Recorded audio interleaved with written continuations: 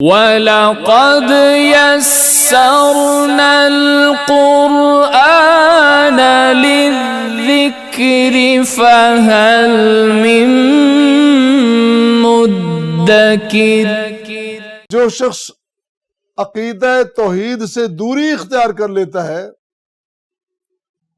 وہ پھر پتہ نہیں کن کن پستیوں میں جا کے گرتا ہے۔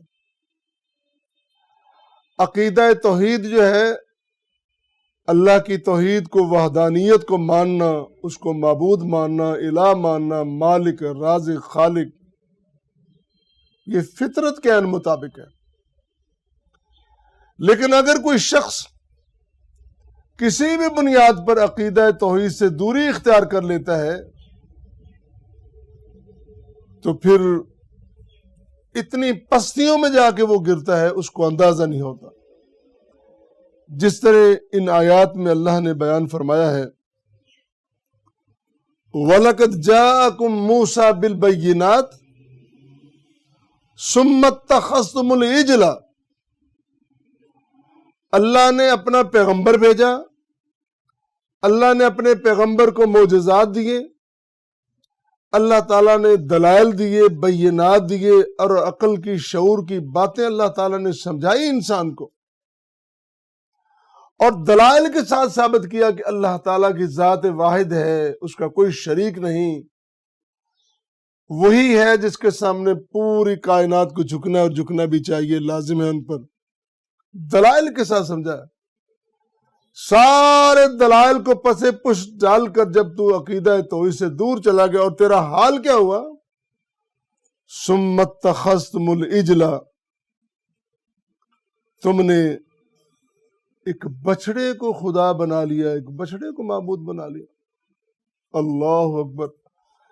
تیرا اللہ جو قادر مطلق ہے، جو مقتدر اعلی ہے، جو کائنات کے تمام اختیار، تمام اقتدار کا مالک ہے، اس اللہ کو چھوڑ کر تو اتنا نیچے چلا گیا کہ جانور کو تو نے خدا بنا لیا۔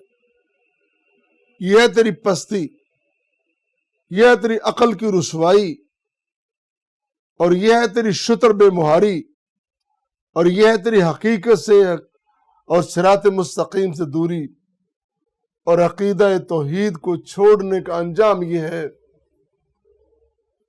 کہ انسان کی عقل پہ ایسا پردہ پڑتا ہے، ایک حقیقی در کو چھوڑا، دروازے کو چھوڑا، اس چوکھٹ کو چھوڑا، پھر جگہ جگہ ہر چوکھٹ پہ وہ گرتا پھرتا ہے۔ پھر کبھی جانور کو خدا بنا لیا، کبھی مٹی کی ڈھیری پہ جا کے سجدہ کرتا ہے اور اس پہ چادریں چڑھاتا ہے، اس پہ کتنا بڑا ظلم ہے۔ اللہ نے روکا ان مٹی کی ڈھیریوں کو سجدے نہ کرو، اور انسان نے ایک چادر اٹھائی، چادر پہ قرآن لکھا، وہی قرآن جو منع کر رہے ہیں کہ اس ڈھیری پہ نہیں جانا، وہی قرآن چادر پہ لکھ کر اس قبر پہ چڑھا رہا ہے، اس مٹی کی ڈھیری پہ چڑھا رہا ہے، اور لاشعوری میں اپنی جہالت میں اللہ کو دعوت دے رہا ہے، چیلنج کر رہا ہے کہ میں تو ایسا ہی کروں گا، میں تو ایسا ہی کروں گا، اور پھر اس پہ ڈٹائی بھی ہے، پھر اس پہ اس کا زور بھی ہے، پھر کہتا ہے کہ میں تو صحیح کر رہا ہوں۔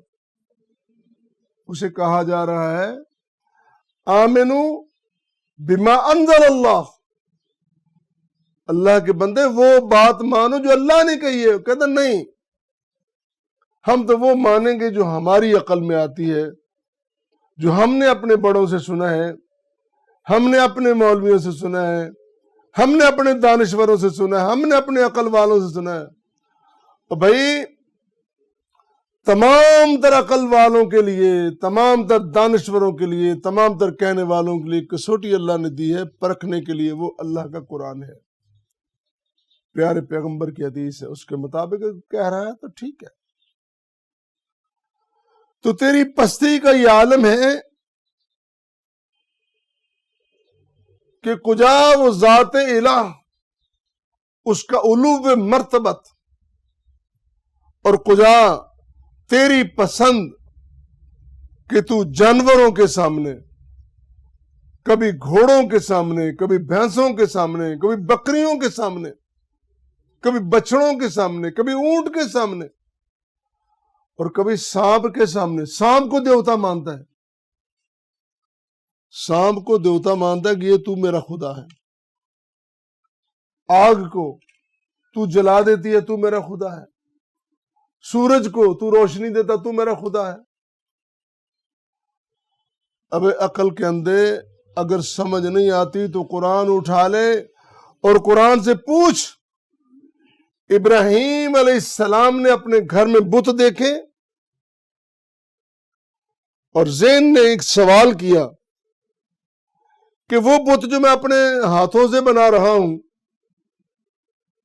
یا وہ افراد جن کو اپنے ہاتھوں سے ہم دفن کر رہے ہیں، وہ کس طرح خدا ہو سکتے ہیں؟ ابراہیم علیہ السلام ان کے خیال آیا کہ میرا خدا وہ ہونا چاہیے جو بلند ہو، نیچے نہ ہو، بلند ہو. ابراہیم علیہ السلام نے یہ تصور توحید دیا ہے کہ ڈوبنے والا، گر جانے والا، نیچے جانے والا، پستی کی طرف جانے والا خدا نہیں ہو سکتا. خدا بلند و بالا ہوتا ہے. پھر چاند کو دیکھ کے کہا، پھر سورج کو. سبھی ڈوبنے والے تھے تو کہنے لگے کہ نہیں، ڈوبنے والے میرے خدا نہیں ہو سکتے. لا احب الافلین، میں ڈوبنے والوں کو پسند نہیں کرتا. ابراہیم علیہ السلام نے ایسی توحید سمجھائی ہے، صدیوں تک رہنے والی آنے والی نسلیں اس کو سمجھیں. اور پھر پیغمبر آخر الزمان علیہ الصلوۃ والسلام نے تو پھر کمال کر دی ہے. اور تم نے کیا کیا اے قوم؟ وَاتَّخَذَ قَوْمُ مُوسَىٰ مِن بَعْدِ مِنْ حُلُيِّهِمْ عِجْلًا، موسیٰ کو ہم نے بلا لیا کوہ طور پر. اے موسیٰ آؤ، ہم آپ کو بھی اعزاز بخشتے ہیں اور آپ کی قوم کو بھی. آپ کو اعزاز یہ دینے والے ہیں کہ آپ کو ہم پیغمبر بنا رہے ہیں، اور قوم کو یہ اعزاز دے رہے ہیں کہ اس قوم کو دیگر قوموں پہ فضیلت بخشیں گے. یہ اللہ کا پروگرام ہے. اللہ نے موسیٰ کو پیغمبر بنا دیا اور قوم کو فضیلت بخشی دوسری قوم. اور قوم ایسی،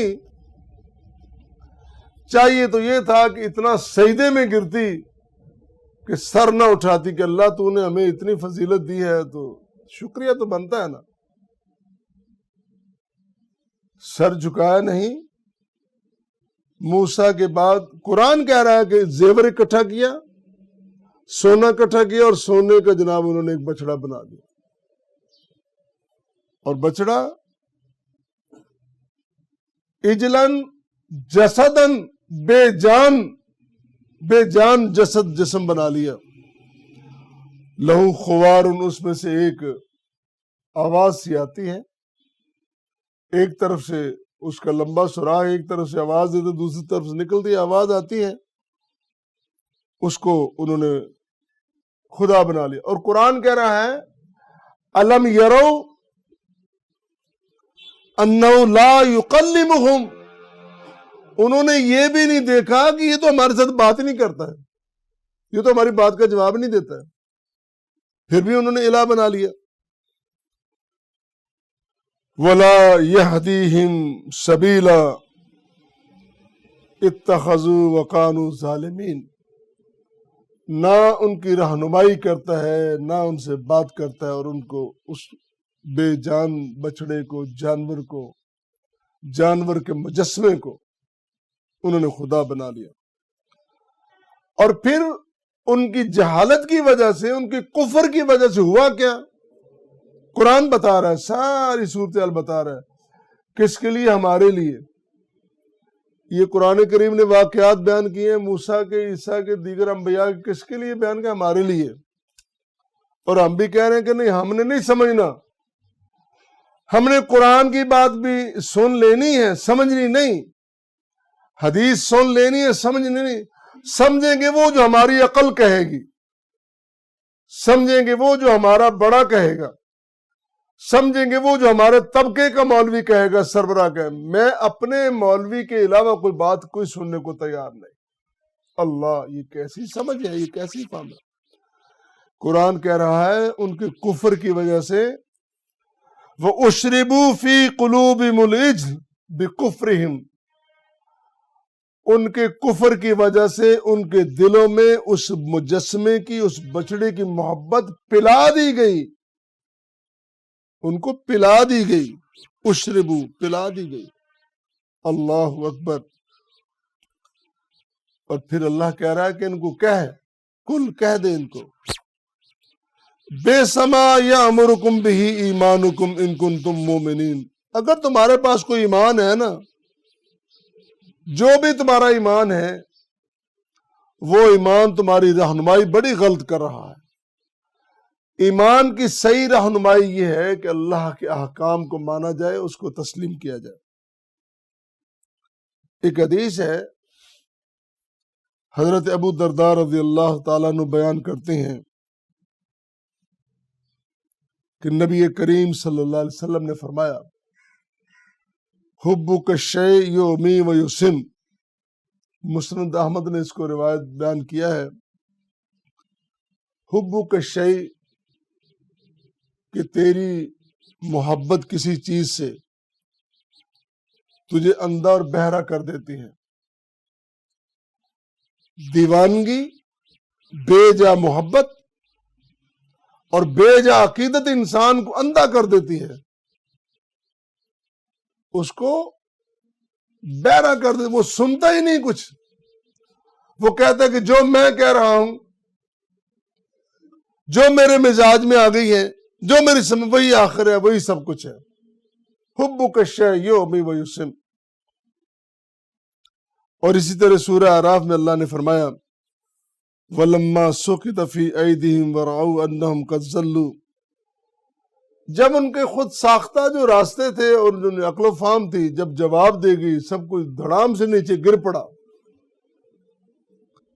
تو پھر کہنے لگے، لَئِن لَّمْ يَرْحَمْنَا رَبُّنَا وَيَغْفِرْ لَنَا لَنَكُونَنَّ مِنَ الْخَاسِرِينَ، اگر اللہ کا رحم نہ ہو، اللہ کا کرم نہ ہو۔ مسئلہ یہ ہے کہ انسان کی زندگی ہے، اس میں بچپن ہے، لڑکپن ہے، جوانی ہے، پھر سیانی عمر ہے جس کو ادھیڑ عمر کہتے ہیں، پھر بڑھاپا ہے، پھر اس کا موت کے آغوش میں جانا ہے۔ ساری عمر گزار کے اپنی مستی میں، اپنی مرضی میں، آخر میں جب مرنے لگا پھر بھی ہوش نہیں آتی، پھر بھی ہوش نہیں آتی۔ ہوش اسی کو آتی ہے جو پہلے سمجھنے والا ہو۔ تو پھر اگر کہیں کہ میں اب اپنی عادتیں چھوڑ دوں، تو جو زندگی بھر کی عادتیں ہیں وہ چھوٹتی نہیں ہیں، بندہ چھوڑنا بھی چاہے تو ان عادتوں کو چھوڑ نہیں سکتا، لیکن وہ کہتا ضرور ہے کہ اب اگر اللہ کا کرم ہو جائے، رحم ہو جائے تو میں خسارے سے بچ سکتا ہوں۔